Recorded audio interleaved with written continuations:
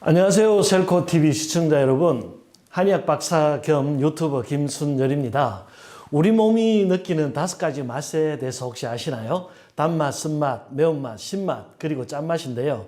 이 중에서 신맛은 우리의 간을 살린다고 알려져 있습니다. 오늘은 여러분께 이 신맛의 대표 음식, 식초에 대해서 한번 이야기해 보겠습니다. 식초의 주요 작용은 아세트산의 시큼한 맛에서 나오는데요. 신맛이 우리 몸에서 각종 분비물을 자극합니다. 레몬이라든지 오렌지라든지 이런 신 음식을 먹으면 침이 더 많이 나오죠. 생각만 해도 침이 나오잖아요. 그래서 점막 구조들의 어떤 분비물을 증가시켜 주는데 눈이나 입이 마르고 또 피부가 건조하고 위액이 부족할 때 신맛이 나는 음식, 매실, 레몬, 식초 이런 것들 많이 먹으면 분비가 활성화됩니다. 이제 식초가 간에 좋은 이유는 해독작용 때문이죠. 주로 이 혈당이 올라가는 것을 막아주고 또 지방대사에 관여하기 때문에 중성지방을 내려줍니다. 그래서 고지혈증 있으신 분들 식초 드시면 좋죠. 지방간에도 효과가 있고요. 식초의 주요 작용은 첫 번째는 간 기능 개선이에요. 젖산을 분해해주기 때문에 피로 회복을 도와주죠. 우리가 피로하다는 것은 근육이 피로하다는 것을 주로 말하잖아요. 이 근육에 쌓이는 노폐물이 젖산입니다. 운동하고 나면 통증 생기는 이유가 젖산이 쌓여서 그런데 그것을 해독해주는 작용을 하죠. 또 식초에 들어있는 각종 유기산들이 에너지 대사를 도와주거든요. 우리 몸 모든 세포는 에너지를 만들기 위해서 크렙스 회로라고 하는 회로를 돌리는데 거기에 가장 필요한 것이 이제 유기산입니다. 비타민 B군하고 유기산이 함께 모여서 에너지가 만들어지죠. 그래서 유기산이 풍부한 식초 드시면 피로 회복에 도움이 되고요. 또 식초는 그 자체로 항산화제로도 작용을 하거든요. 우리 몸에 생기는 활성산소를 없애줄 수가 있고, 그다음 식초가 이뇨작용이 굉장히 강하거든요. 식초를 좀 먹고 나면 소변이 금방 마렵단 말이죠. 그래서 몸에 있는 노폐물을 빼줄 수도 있고, 또 식초의 주성분인 초산이 세포에 흡수되면 아데노신이라는 아미노산을 생성하거든요. 이것이 혈관을 확장해 줍니다. 혈관이 확장되어야 혈액순환이 잘 되고 혈압이 내려가고 그렇죠. 식초는 산성식품인데요. 복통이나 위궤양이 있으신 분들이 드시면은 오히려 복통이나 이 위궤양이 더 심해질 수 있거든요. 그런데 식초가 위장 건강에 굉장히 좋은 역할을 합니다. 왜냐하면 위산 분비도 촉진시켜주고 또 점액 분비도 함께 촉진시켜준다고 했잖아요. 그래서 위벽을 보호하는 점액이 나와야 위산이 좀 많이 나오더라도 소화 기능은 돕고 위장벽은 보호할 수 있는 거죠. 거기다가 췌장에서 소화액 분비도 또 증가시키기 때문에 소화 기능 도와주는 데는 식초만한 것이 없습니다. 네, 식초에 또 다른 효능들이 많이 있죠. 신장병을 예방해 주기도 하는데요. 왜냐하면 이뇨작용이 강하기 때문에 몸에 있는 노폐물, 나트륨, 소금기도 다 빼주거든요. 근데 이 이뇨가 굉장히 중요하잖아요. 사실 신장이 나쁘신 분들, 신장이 투석 직전에 있거나 신우신염이나 지금 급성 신장 질환에 있거나 혹은 당뇨병 때문에 신장이 급격히 나빠지고 있을 때는 이뇨를 너무 많이 시키면 안 되거든요. 그래서 칼륨 많이 든 음식 먹지 말라고 하고 이뇨시키는 식초도 먹지 말라고 하는데 그 외에 건강하신 분들은 사실은 이뇨를 시켜야 몸에 있는 노폐물이 빠져나가요. 대부분의 다이어트 식품들이 다 이뇨제거든요. 그리고 머리가 맑지 않으신 분들도 사실은 이뇨제를 많이 써주는 게 좋습니다. 이 뇌라는 게 두개골 속에 쌓여있는 폐쇄된 공간이 있다 보니까 노폐물 처리가 잘 되질 않죠. 운동을 하면 근육에 노폐물이 쌓이듯이 뇌도 생각을 많이 하거나 고민을 많이 하면 노폐물이 굉장히 많이 쌓이는 곳이거든요. 그래서 이뇨작용이 원활해야 뇌 속에 있는 노폐물도 빠진다. 그래야 브레인 포그라든지 멍한 것이라든지 두통이라든지 이런 것도 제거할 수가 있다. 이렇게 말씀드릴 수가 있고요. 그리고 요즘 최근에 보니까 미국 북동부 지역에 노로바이러스가 굉장히 유행을 하고 있다고 하거든요. 이게 장내 바이러스가 증가하는 거잖아요. 그러니까 장내 유해균이나 바이러스가 증가하면 식중독을 일으키고 복통, 설사를 일으키는데 이럴 때 이제 항균, 항바이러스 작용이 있는 음식들 먹어주면 좋거든요. 생강도 좋고 마늘도 좋고 양파도 좋단 말이죠. 근데 한국 사람들은 그런 거 많이 먹기 때문에 대규모로 식중독이 잘 일어나지 않는데 미국 사람들은 그런 걸 잘 안 먹는단 말이죠. 항상 항생제나 항바이러스제 이런 약물에만 의존을 하다 보니까 그런 식중독이 대규모로 일어나는 경우가 꽤 많죠. 몇 년 전에도 상추 때문에 식중독 한번 크게 일어난 적이 있거든요. 그러니까 우리나라 사람들은 마늘, 양파, 생강, 식초 이런 것들 많이 드시면 그런 병이 좀 적은 것 같습니다. 또 이 식초가 칼슘의 체내 흡수율을 증가시켜 줍니다. 염분은 함께 배출해 주고요. 그래서 골 밀도를 증가시키죠. 그래서 골다공증에도 예방이 되고 또 칼슘이 신경을 진정시키는 작용도 있거든요. 그래서 칼슘 흡수가 촉진되면 불면증에도 도움이 됩니다. 앞에서 한번 말씀드렸지만은 뇌 속의 노폐물도 제거해 줘야 되기 때문에 잠자기 전에 식초물 드시면은 수면에도 크게 도움이 되고요. 또 근육에 쌓인 젖산을 분해해 주니까 통증도 줄어들고 피로도 줄어들고 또 근육이 굳어지는 것을 막아주죠. 우리가 왜 축구 선수들 시합 끝날 때쯤 되면 전부 종아리 쥐나서 들어 눕잖아요. 그때 다리를 이렇게 펴주죠. 이렇게 스트레칭 시켜주는 이유가 근육에 문제가 생기면 항상 오그라든단 말이죠. 그리고 나이가 들어도 근육은 점점 오그라들죠. 그 오그라드는 것을 막아주는 것이 식초다. 이렇게 생각해 주시면 좋겠고 또 식초의 주 성분이 초산이죠. 아세트산인데 이게 부신 피질 호르몬의 원료가 됩니다. 그래서 우리가 아주 많이 피곤할 때 병원 가서 진단 받으면 부신 증후군이라는 진단 받죠. 그게 이제 부신 호르몬이 부족해져서 그런 것인데요. 식초 많이 드시면 부신 호르몬 생성에도 도움이 됩니다. 식초는 이제 크게 세 가지로 나눌 수가 있는데요. 첫째가 합성 식초죠. 그게 빙초산이라고 하는데요. 요즘은 거의 식용으로 사용하지는 않지만 독약은 아닙니다. 하나의 식품으로 봐야 되는데 단무지 같은 거 만들 때 대량으로 식초가 필요할 때 산업용으로 필요할 때 쓰는 식초이고요. 그 다음에는 이제 우리가 식용으로 쓰는 것이 발효식초인데요. 이게 양조식초와 천연 발효식초로 나뉩니다.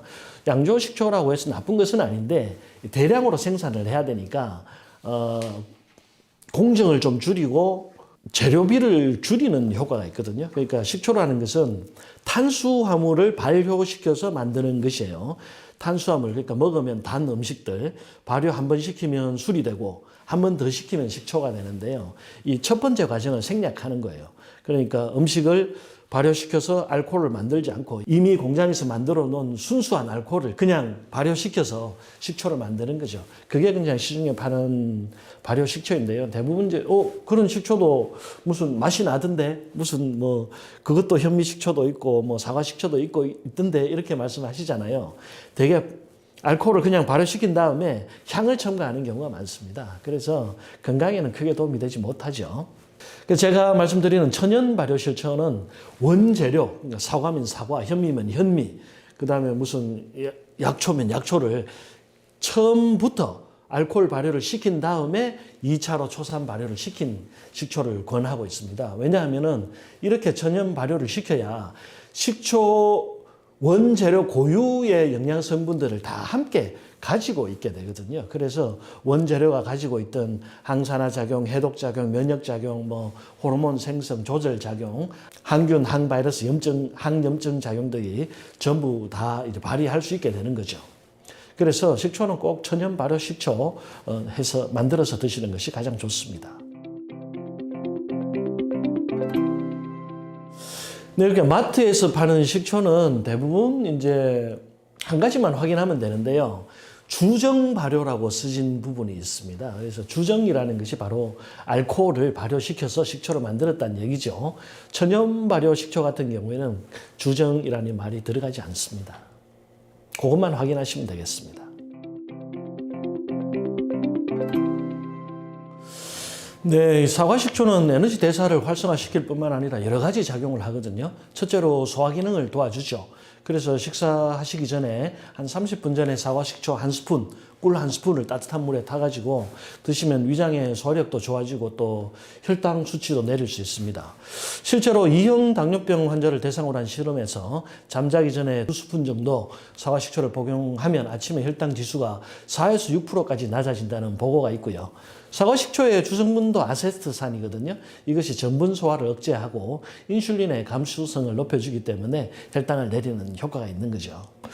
식초가 이 혈당을 내리고 포만감을 주고 뇌를 자극해서 식욕을 억제한다고 알려져 있는데요. 하지만 근거는 확실하지는 않습니다. 경험적으로 대부분의 사람들이 식초를 먹었더니 식욕 억제 효과가 있다고 하는 것 같고요. 사과 식초는 사실 원산지가 이탈리아라고 합니다. 유럽에서 많이 먹다가 미국으로 넘어가면서 수요가 폭발했죠. 왜냐하면 미국이 사과의 나라거든요. 그러니까 워낙에 이 시장이 크다 보니까 사과 식초의 시장도 전 세계적으로 커진 것 같고 미국산이라서 더 유명한 점도 있는 것 같아요. 다른 식초도 사실 효과는 거의 비슷합니다.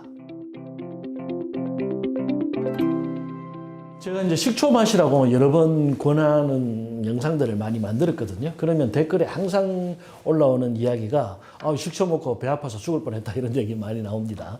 몇 달 동안 먹었더니 굉장히 힘들었다 이런 얘기도 있고.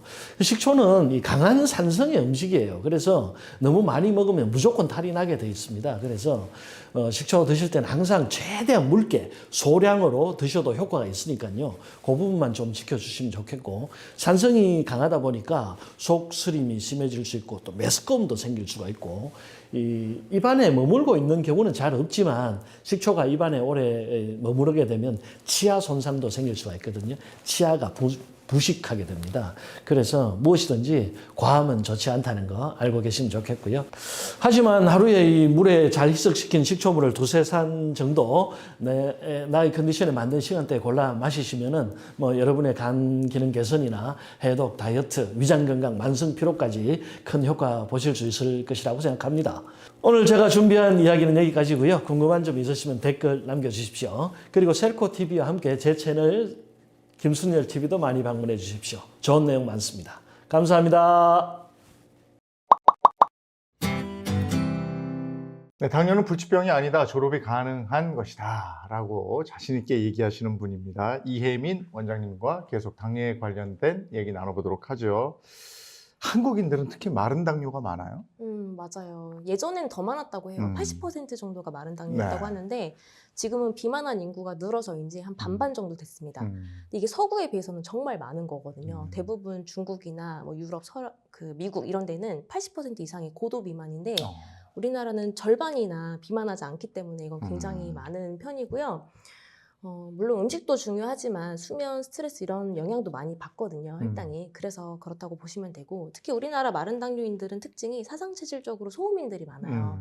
소음인은 장기 기능이 좀 약하고 몸이 약하게 태어난 체질들이라서 같은 환경, 같은 생활 습관을 하더라도 당뇨에 쉽게 노출된다고 생각하시면 되겠습니다. 그리고 우리나라 사람들이 유독 췌장이 조그맣다고 그래요. 다른 나라 사람들은 췌장이 우리나라 사람에 비해서 크다고 그래요. 그쵸. 네. 이게 어쨌든 그 체형을 무시할 수가 없을 것 같아요. 네. 키도 그만큼 적고, 그러게. 체형도 적고, 그만큼 장기들도 조금 네. 적다 이렇게 보시면 되겠습니다. 근데 먹는 건 외국인들처럼 단 거 먹고, 그쵸. 그 식습관도 탄수화물도 많이 그만큼 먹고 막 바뀌고, 이러니까. 그쵸. 근데 비만 당뇨와 비교했을 때 마른 당뇨의 특징은 뭐가 있습니까? 선천적으로 약하게 태어난 체질이라서 전반적으로 기능들이 좀 약하다고 보시면 되는데 당뇨랑 중요한 장기 세 가지가 있어요. 네. 세 가지 기능들이 모두 좀 약한 편인데요. 첫 번째 소화기, 그러니까 음식을 대사하는 곳은 소화기잖아요. 소화기가 약하다 보니까 당연히 혈당이 좀 높아질 수 있겠고, 간 기능이 약하면 혈당을 직접적으로 조절해주는 장기가 간이다 보니까 혈당이 좀 잘 안 잡힐 수 있겠고, 특히 심장은 스트레스에 취약하기 쉬운데 마른 당뇨인들이, 소음인들이 성격이 조금 예민하거나 아니면 꼼꼼한 편입니다. 그래서 스트레스에도 굉장히 취약하고 잠도 설치고 이러다 보니까 심장이 약해지기가 쉬워서 혈당이 좀 높아지는 편이고요. 그래서 이렇게 선천적으로 장기 기능이 약하다 보니까 당뇨가 쉽게 오는데 이런 걸 잘 모르다 보니까 비만 당뇨랑 똑같이 음식 관리 운동만 하는 거예요. 그러다 보니 자꾸 체중은 빠지고 힘은 없고 무기력해지고, 그런데 쉽게 혈당은 생각보다 좀 잘 안 잡히고 높아지고 혈관 건강도 안 좋아지니까 합병증에 쉽게 노출되는 경향이 있습니다. 그러면 마른 당뇨 환자의 경우에 어떤 식으로 관리를 해야 좋습니까? 방금 말씀드렸던 그 장기 기능을 조금 더 구체적으로 생각을 해보면 보통 하나만 안 좋으신 분들보다는 2개, 3개 장기가 모두 안 좋으신 분들이 많거든요. 네, 그래서 각각별로 좀 살펴보면 소화기가 안 좋으면 혈당이 무조건 덜 오르는 음식을 먹는다기보다는 먹고 나서 소화가 잘 되는 음식, 속이 편한 음식, 음식을 위주로 드시면 좋겠고, 그리고 식사 후에는 한 10분 정도라도 가볍게 운동을 좀 해주시면 좋겠죠. 그리고 간 기능이 안 좋으면 간이 회복되는 시간은 수면이거든요. 그래서 잠을 잘 자야 됩니다. 충분히. 그래서 11시, 12시 전에 자고 7시간, 8시간 자고 이렇게 수면을 충분히 해주셔야 되고, 네, 두 번째로는 술이 안 좋아요. 네, 간에 정말 해롭습니다. 그래서 단 한 방울이라도 안 드시는 게 좋은데, 만약 먹는다고 하면 한두 잔 이내로만 드시는 게 좋겠고요. 심장이 약한 분들은 스트레스 조절을 잘 하셔야 됩니다. 제가 스트레스 조절을 도와드리기 위해서 명상도 배워보고 했는데 가장 효율적이었던 게 두 가지였어요. 하나가 호흡이랑 그다음에 맨발 걷기였는데, 호흡은 굉장히 쉬워요. 우리 평소에 숨 계속 쉬고 있잖아요. 그래서 숨 들이는 마시는 거에 비해서 내쉬는 거를 2배 길게. 그래서 4대8 호흡을 제가 강조드리고 있는데, 4초 동안 숨 들이마시고 8초 동안 내쉬는 건데, 요거 한 5번 정도만 하셔도 굉장히 마음이 안정됩니다. 그리고 맨발 걷기도 맨발로 이렇게 땅을 디디는 게 곧 명상이거든요. 그래서 잡념을 치우고 발바닥에 집중이 되니까 마음이 안정되고, 그리고 주로 맨발 걷기는 또 자연에서 하잖아요. 네. 그래서 힐링도 되고, 그래서 이렇게 좀 관리를 장기 기능별로 하시면 좋습니다. 요즘이 맨발 걷기 하기 참 좋을 때거든요. 맞아요. 근데 처음 하시는 분들은 굉장히 아파요. 그러니까 스틱 있죠. 그 스틱 잡고 발이 좀 적응이 될 때까지 스틱에 의존하시면 좋고, 이제 그 다음에 좀 적응이 되면 하나 놓고, 그 다음에 다 놓고, 이렇게 하시면 좋습니다. 해보셨네요? 네, 전 좋아해요. 네. 그 확실히 몸에 도움이 되는 거예요. 맞아요. 왜냐하면 지압도 지압이지만 지구하고 나를 접지시키는 맞아요. 기능이 있어서 좋은 것 같아요. 맞아요. 그리고 이 마른 당뇨에 꼭 피해야 될 음식은 뭐가 있습니까? 마른 당뇨 피해야 될 네. 음식은 거친 음식, 그다음 거친 거. 딱딱한 음식, 네. 그리고 찬 음식, 그리고 끈적끈적한 음식, 이런 것들을 좀 피하시면 좋아요. 마른 당뇨는 사상체질적으로 소음인에 해당하는데, 소음인은 사상체질 중에 가장 소화 기능이 약합니다. 그래서 선천적으로 약하게 태어나는 게 어쩔 수 없지만, 그래도 소화가 잘 되는 음식 위주로 먹어야 이게 병이 없다 이렇게 보거든요. 그래서 딱딱한 음식, 찬 음식, 그리고 끈적끈적한 음식, 이런 음식들을 좀 피하시면 좋은데, 일단 딱딱한 음식에는 현미, 귀리, 보리 등의 소화가 잘 안 되는 잡곡도 있고요. 아니면 씨앗에는 뭐 치아씨드, 햄프씨드 이런 애들도 있고, 견과류도 조금 소화기에 부담이 될 수 있습니다. 딱딱하니까. 그리고 오징어, 쥐포 이런 건어물이나 말린 과일, 이런 딱딱한 음식을 피하시는 게 좋겠고요. 그다음에 찬 음식 많이들 드시는데, 찬 음식은 냉하기 때문에 소화기에 또 부담이 됩니다. 마른 당뇨한테는. 그래서 찬 음식, 예를 들면 뭐 냉면, 아이스 커피 피하시는 게 좋겠고, 찬 성질의 음식도 있어요. 온도는 차갑지 않은데 의외로 찬 성질의 음식, 예를 들면 보리, 뭐 돼지고기 이런 거 찬 성질이라고 얘기 들어보셨잖아요. 이런 것만 먹으면 또 설사하시는 분들이 있거든요. 그래서 의외로 또 찬 성질 음식이 많은데요. 밀가루, 메밀, 오이, 수박, 참외, 알로에, 녹차, 여주 이런 찬 음식들은 좀 피하시는 게 좋고요. 아, 요즘 같은데 수박하고 참외 먹지 말라고 그러면 그쵸. 어떡하지 이거? 근데 이제 많이 안 드시는 게 좋다 이렇게 네. 보시면 되겠습니다. 네. 그리고 끈적끈적한 음식도 소화에 부담이 될 수 있기 때문에 연근, 알로에, 장어, 홍어 이런 끈적끈적한 음식은 좀 네. 줄여서 드시는 게 좋습니다. 네. 하여간 당뇨에 걸리고 이러면 음식 가려 먹는 것 때문에 정말 곤혹스럽거든요. 맞아요. 이게 생활습관병이라고 얘기도 하는데, 그럼 내 혈당을 관리하기 위해서 체질에 상관없이 집에서 지켜야 될 건 뭐가 있습니까? 집에서 쉽게 혼자서 측정할 수 있는 거는 바로 공복혈당 달력이라고 보시면 돼요. 그래서 공복혈당 달력, 혈당을 쭉 적으면서 유난히 높거나 유난히 낮은 날이 보일 텐데, 그런 날 내가 어제 했었던 것 중에 뭐 때문에 높았는지, 뭐 때문에 낮게 나왔는지를 잘 살펴보시면 되는데, 이걸 해보니까 세 가지가 중요하더라고요. 이 세 가지가 다음날 아침에 재는 공복혈당에 가장 많은 영향을 줍니다. 그래서 세 가지를 정리를 해보면, 첫 번째는 저녁에 밥을 먹고 3-4시간 공복을 유지하셔야 돼요. 자기 전까지. 네. 그래서 소화를 다 시키고 자야 돼요. 네. 그런데 저는 그게 안 되면 네. 이렇게 비스듬히 자요. 그러니까 아예 눕질 않고 여기다 이렇게 쿠션 대고 이렇게 해서 좀 약간 내려가고. 비스듬하게. 이게 훨씬 낫더라고요. 근데 그래도 어쨌든 소화기를 비워놓고 자지 못하면 밤새도록 소화가 소화 맞아, 기능이 맞아. 계속 처리를 해야 되기 때문에 숙면을 또 못 취하거든요. 근데 문제는 또 혈당이 올라가요. 세네 시간 굶더라도 공복을 하더라도 과식을 하게 되면 소화가 안 되기 때문에 안 좋은 거고 또 과일이든 야채든 견과류든 그 세네 시간 동안 아무것도 안 드시는 게 좋습니다. 그래야 다음날 혈당에 영향을 안 줍니다. 두 번째는 수면인데요. 7시간, 8시간 이상 자고 11시, 12시 전에 자야 되는데 생각보다 이게 지키기가 힘들어요. 근데 이걸 못하면 예를 들면 새벽에 잤다거나 아니면 조금밖에 못 잤다거나 그럼 바로 혈당이 높아지는 걸 경험을 하실 수 있습니다. 이게 달력을 써보면. 그리고 마지막으로 운동인데요. 현대인들의 운동이 정말 운동량이 적잖아요. 네. 자동차도 있고 뭐 네. 활동량이 농사 지을 일도 없고 이러다 보니까 활동량이 많이 떨어지는데 그래서 돈 내서 시간 내서 운동을 별도로 하셔야 되고요. 꼭 만보 걷기, 스쿼트 이런 거에 국한하지 않아도 되니 내가 좋아하는 운동을 매일매일 꾸준히 하시는 게 좋겠습니다. 네, 운동 중요하더라고요. 운동. 그렇죠. 네. 중요하죠. 그리고 현대인들은 차 많이 마시잖아요. 네. 커피를 비롯해서 뭐 요즘에는 과일 주스도 많이 마시고. 네. 근데 좀 도움이 되는 차는 뭐가 있겠습니까? 일단은 마른 당뇨는 세 가지 장기가 좀 기능이 떨어진다고 말씀드렸는데 내가 소화 기능이 떨어진다. 그러면 생강차가 좋습니다. 소화기를 따뜻하게 해주고 운동을 좀 시켜주는 생강차 좋고요. 나는 잠을 잘 못 자고 좀 예민한 편이다. 그러면 산조인이 있어요. 멧돼추의 씨앗이라고 하는데요. 이 산조인을 볶아서 차로 드시면 불면증에도 도움되고 그다음에 심신 안정에도 도움이 되고요. 그리고 내가 만약에 간 기능이 안 좋다. 그러면 강황이 좋습니다. 간세포를 재생시키고 간 염증을 줄여주는 역할을 하는데 강황은 가루로도 팔거든요. 네. 그래서 가루를 사다가 끓는 물에다가 이렇게 섞어서 드시면 좋습니다. 강황이라고 그러면 꼭 카레를 먹으면 되는 거 아니냐 이러는데 그거하고는 좀 다른 거죠? 뭐, 네, 비슷하긴 한데 그래도 네. 우리는 차로 마시면 더 네. 쉽게 일상에서 먹을 수 있잖아요.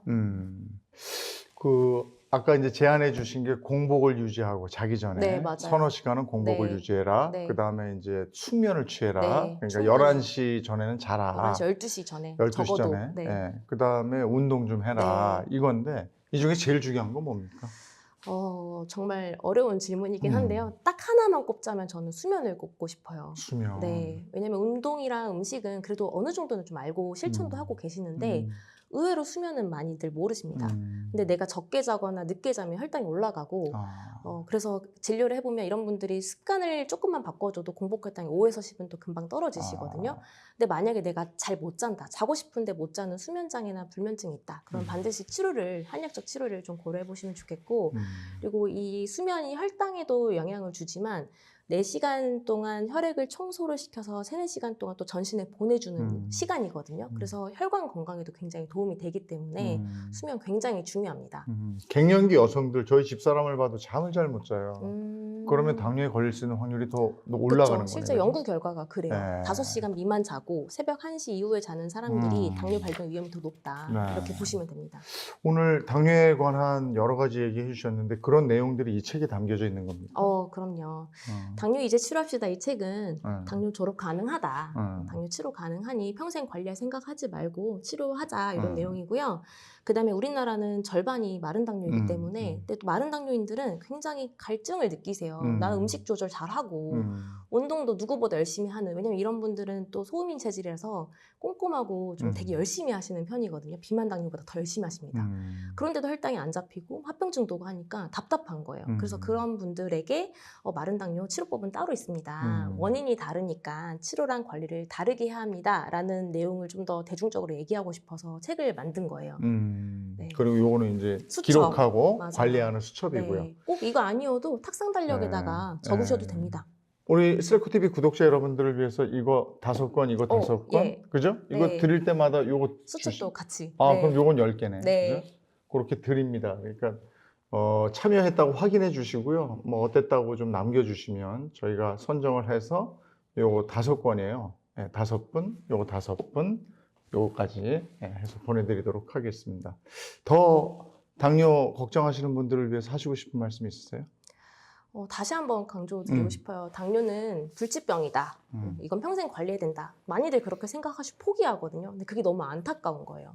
당뇨 졸업 가능하다. 당뇨는 인슐린 저항성 때문이니까 저항성만 해결하면 충분히 당뇨 졸업할 수 있다. 네. 나도 졸업해봐야겠다. 이런 의지를 가지셨으면 좋겠습니다. 예, 알겠습니다. 당뇨 스쿨의 이혜민 원장님과 함께 얘기 나눠봤습니다. 고맙습니다. 감사합니다. 안녕하세요 여러분, 한입보감의 배한호입니다. 오늘은 우리들이 일상에서 겪을 수 있는 질환들, 그리고 우리가 살면서 이 조심해야 하는 질환들에 대해서 알아보고 거기에 맞는 일상 처방전을 전달해 드리려고 합니다. 저한테 종종 찾아오시는 환자분들 중에서요, 가슴이 뭐 터질 것 같다, 가슴이 답답하다, 열이 뻗쳐서 머리가 터질 것 같다, 이런 증상들이 바로 전형적인 화병 증상입니다. 제가 최근에 경험한 환자분 한 분은 온몸이 붓고 쉽게 지치고 늘 가슴이 답답하고, 이런 증상이 20년째 반복되시는 60대 환자분이 오셨는데요. 환자분의 스토리를 들어보니 시집 오자마자 신랑이 술만 먹고 오게 되면 거의 일주일에 4일을 이 부인을 몽둥이로 두들겨 팼답니다. 몽둥이로. 자식 때문에 이제 참고 사셨는데, 지금은 뭐 신랑이랑 이미 헤어지고 애들도 다 키워서 출가했기 때문에 별로 그냥 그 원인 제공과는 상관이 없을 것 같지만, 그렇게 사신 세월이 20년 동안 누적이 되고 신랑에 대한 어떤 배신감, 분노, 이런 것들이 쌓이고 억울함이 쌓이다 보니까 이제 화병이 누적된 거죠. 이렇게 이제 화병은 일반적으로 하나의 증상만 가지고 있는 것이 아니라 전신에 걸쳐서 아프지 않은 부위를 찾기가 어려울 정도로 상당한 고통을 받게 됩니다.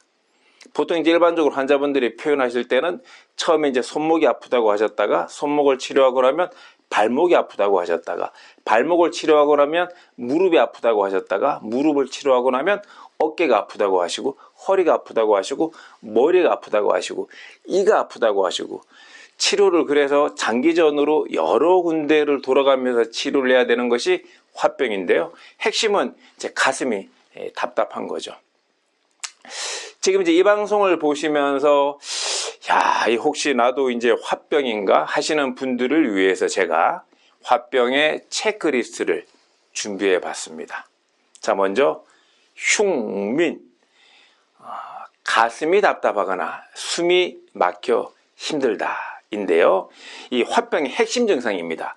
이 가슴 가운데가 답답한 거죠. 가슴 가운데가 답답하니까 이런 분들의 특징이 뭐겠습니까?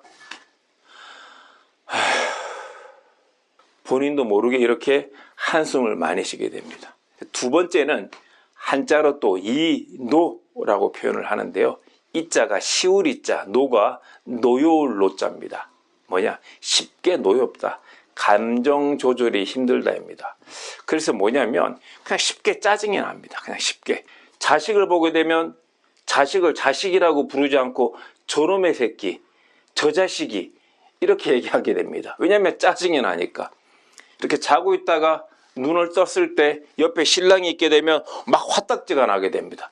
주먹이 나갈 것 같고, 이런 감정 조절이 힘든 상태, 이노가 두 번째죠. 이 세 번째는 상열입니다. 그러니까 위로 열이 뜨는 겁니다. 이 열이 아랫배에서 올라온 이 부신피질의 열이 가슴과 적당하게 머리까지를 적셔주고, 손발로 에너지가 가지를 못하고 밑에서 올라온 에너지가 가슴과 얼굴만 덮이게 됩니다. 한겨울에도 에어컨을 틀어야 되거나 아니면 운전석 창문을 약간 열고 운전을 하셔야 운전이 가능합니다. 왜냐하면 열이 너무 많이 나게 되고, 열이 너무 많이 나게 되면 더불어 또 땀이 나게 되니까 땀 때문에 앞이 안 보여가지고 운전하시기가 힘들다라는 거죠. 이제 네 번째 증상은 매핵이라고 표현을 하는데요. 매핵은 뭐냐면 매실의 매자랑 그 씨앗의 핵자를 쓰게 됩니다. 그래서 매실의 씨앗이다 이런 뜻인데요.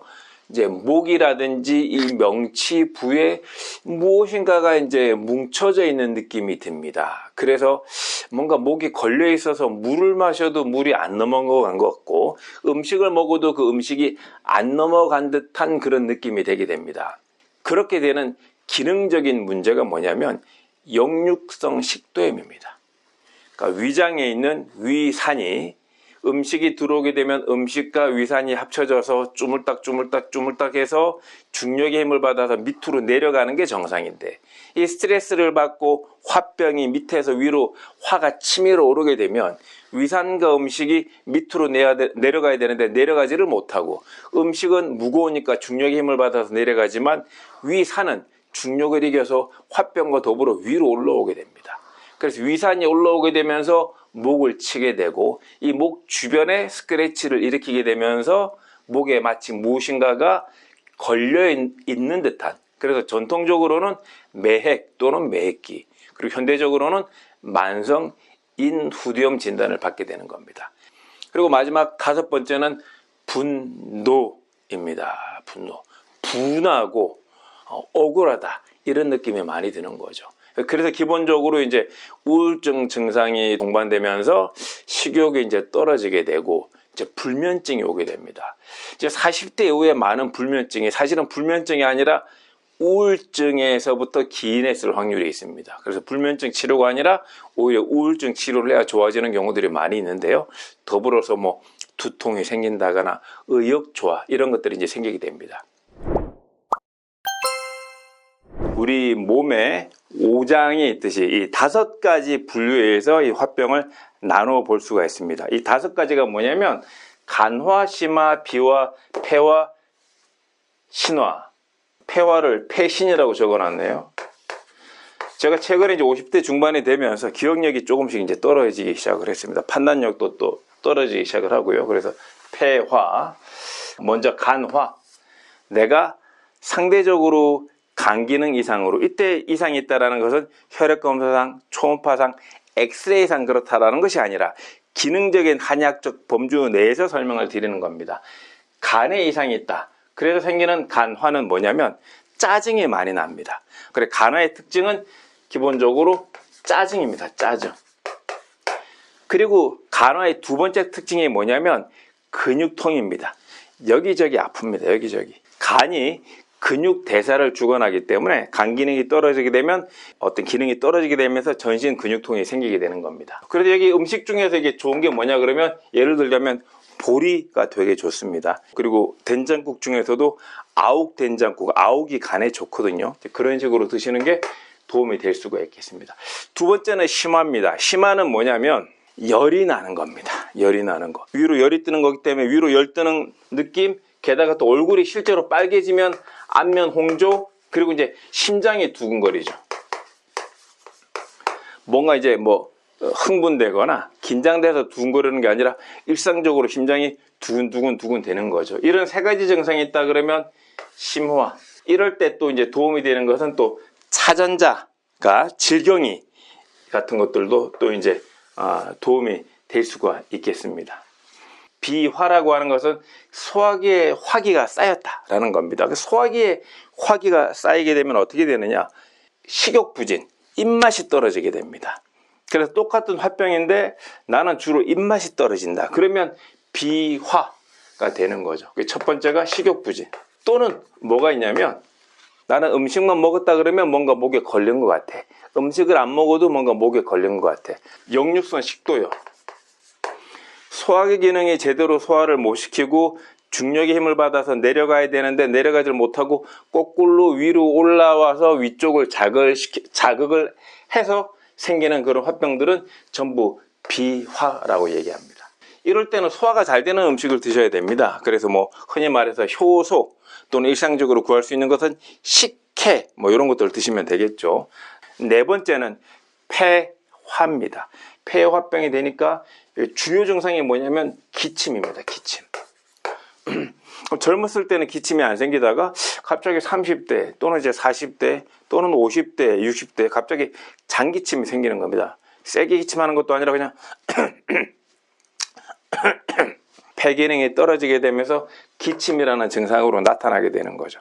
또 한 가지는 오한입니다. 오한.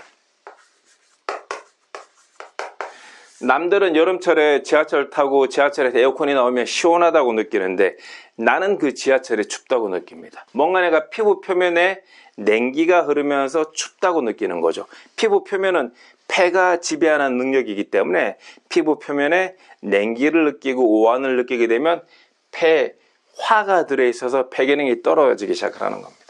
그래서 나이가 어리지만 이 폐화가 있는 분들은 결국 뭐에 걸리기가 쉬우냐? 폐결핵도 오기가 쉬운 겁니다. 현재 우리나라가 OECD 국가 중에서 여전히 폐결핵의 유병률이 높고, 폐결핵은 특히 2차 폐결핵의 경우에는 사망률이 20%에 이를 정도로 여전히 무서운 병입니다. 이 폐화가 있을 때는 우리가 먹게 되면 되게 좋은 음식 중에 하나는 맹문동입니다. 맹문동 차를 곁들여서 드시면 좋을 것 같고, 이제 마지막은 신화입니다. 말 그대로 신장, 콩팥에 화가 있다라는 건데, 콩팥에 화가 있다, 콩팥에 제기능을 못하고 열기가 쌓이게 되면 기본적으로 허리가 아프고 무릎이 아프고 몸이 이제 붓게 되는 겁니다.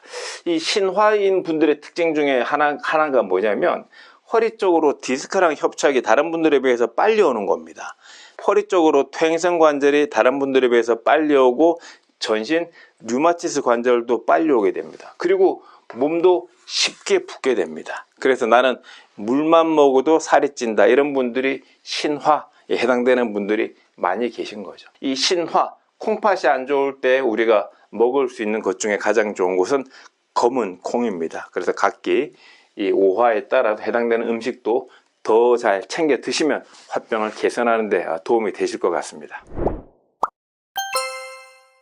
이 마음속에 이 화를 조금 더 누그러뜨릴 수 있는 화병 한입 처방 지금부터 들어갑니다. 마하바냐 바라밀다 심경.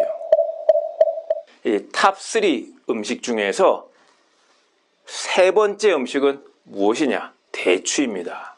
적당한 단맛은 마음을 편하게 합니다. 그런데 그런 단맛이 좋다고 무조건 나쁜 단맛을 찾으면 되는 것이 아니라, 단맛 중에서도 자연이 만들어준 가장 좋은 과일의 단맛이 바로 대추거든요. 그래서 대추가 나올 때는 생대추 드시는 것도 좋고, 대추 계절이 아닐 때는 마른 대추를 잘 씻어서 보관하시다가 대추 자체를 이렇게 꼭꼭 씹어서 천천히 하루에 2-3개, 서너 개 정도, 그리고 내가 뭔가 화가 난다, 잠이 안 온다, 우울하다, 열받는다, 이런 느낌이 있을 때 천천히 씹어서 드시게 되면 정말 몸에 좋은 단맛이 온몸으로 퍼지면서 화병을 누그러뜨려 줄 수 있는 좋은 그런 음식이 되겠습니다. 두 번째 음식은 바로 청국장입니다. 이 가슴 속에 울체된 열을 내려주고 풀어주는 그런 좋은 효과가 있는 음식입니다. 다만 이제 화병을 개선하기 위한 청국장을 드실 때는 여기에 뭐 고춧가루 팍팍 이렇게 뭐 고추장도 넣고 이렇게 드시게 되면 오히려 열을 조정하기 때문에 그 청국장 자체에다가 그냥 무라든지 담백하게 조리를 해서 이제 드시게 되면 좋은데요. 아시다시피 이제 청국장 자체는 대두로 만들기 때문에 콩에 이사플로본 성분이 그대로 들어오고, 게다가 발효가 돼서 서흡수가 용이하기 때문에 다양한 좋은 호르몬을 몸에 공급을 해서 호르몬 변화로 인한 화병을 좋아지게 하는데 도움이 되는 겁니다. 탑3 음식 중에 이제 마지막 남은 넘버 1, 여기에 준비를 해봤는데요. 짜잔! 콩나물입니다. 내가 예를 들어 화병으로 인한 우울증으로 잠을 못 자고 분노가 치민다, 그럴 때 한의원 갔을 때 처방하는 제일 좋은 약이 뭐냐면 우황청심원입니다. 우황청심원. 그런데 우황청심원에는 25가지 내지 30가지의 약의 어떤 재료가 들어가는데, 그 재료 중에서 중요한 재료 중에 하나가 뭐냐면 콩나물입니다. 콩나물. 이 가슴을 뚫어주는데 콩나물에 아스파라긴산 같은 성분들이 작용을 하게 되는 겁니다. 그래서 우리가 흔히 뭐 술을 먹고 속이 더부룩하고, 술을 먹고 속이 안 좋고, 해장을 할 때도 주로 첫 번째로 많이 찾는 식재료가 뭐죠? 바로 콩나물국이거든요. 그래서 일상적으로 내가 화병을 예방하거나 화병으로 고통받는 분들이 있다면 콩나물을 가지고 콩나물국 요리를 삼삼하게 하셔가지고 꾸준히 드셔보시게 되면 정말 좋은 화병의 치료법, 도움이 되는 재료 되겠습니다. 그렇지만 이제 음식이 아니라 뭔가 그래도 대안은 필요하겠죠. 그럴 때 할 수 있는 방법 중에 하나는 당연히 이제 남아있는 방법은 지압입니다. 지압. 화병에 좋은 지압 처방 들어갑니다. 자, 첫 번째는 인당혈입니다. 인당혈. 양쪽 눈썹의 정가운데를 인당혈이라고 하는 건데요. 이제 화가 치미는 일을 자주 반복해 겪다 보게 되면 찾아올 수 있는 뭐 우울증, 불면증, 불안장애 좋습니다. 이 인당혈을 제압할 때는 이 뭐 중지 정도를 이용을 해가지고 중지나 검지 이런 거 이용을 해가지고 이제 원을 그리듯이 적당히 이렇게 마사지를 해주시면 됩니다. 이렇게 정면을 보시고, 왜냐하면 우리가 화가 나거나 분노가 치밀 때 인상을 쓰게 됩니다. 인상을. 여기에 초점이 맞춰지게 되는 거거든요. 그래서 여기에 분노가 실제로 많이 모이게 되고, 뇌에 전전두엽이 있는 부위이기 때문에 전전두엽 쪽으로 간접적으로 또 어떤 그 피로감을 풀어줄 수 있는 데에 또 해당되는 혈자리이기 때문에 이렇게 눌러주시게 되면 싫었던 남편이 다시 좋아질 수 있는 그런 기회가 되실 수도 있다. 두 번째 혈자리는 전중혈입니다. 이 전중혈은 양쪽 유두의 정가운데입니다. 그래서 여기가 이제 전중혈이라고 하는데, 화가 많은 이 분들은, 이 화병이 많은 분들은 여기를 누르게 되면 되게 뻐근하다고 느낍니다. 남성분들이든 여성분들이든 조금 눌렀을 때 뻐근하다는 느낌이 든다면, 통증이 느껴진다면 나는 이제 화병이다, 이렇게 진단도 내릴 수가 이제 있는 건데요. 눌러볼 때도 천천히 눌러보시고, 내가 만약에 눌러서 뻐근하다고 할 때는 화병이다 생각하시고 천천히 마사지 해주듯이 해주시면 좋을 것 같고요. 그리고 식사하고 난 뒤에 그 음식이 내려가는 통로이기 때문에 식후에 바로 하시기보다는 이제 공복에 그리고 천천히 해주시면 좋을 것 같습니다. 화병 한입 처방은 여기까지입니다. 혹시 여러 가지 증상에 대해서 한입 처방이 궁금하시다면 댓글로 문의를 해주시면 제가 일일이 답변 달아 드릴 수 있을까? 네. 좋아요, 알림 설정, 구독 부탁드립니다. 감사합니다.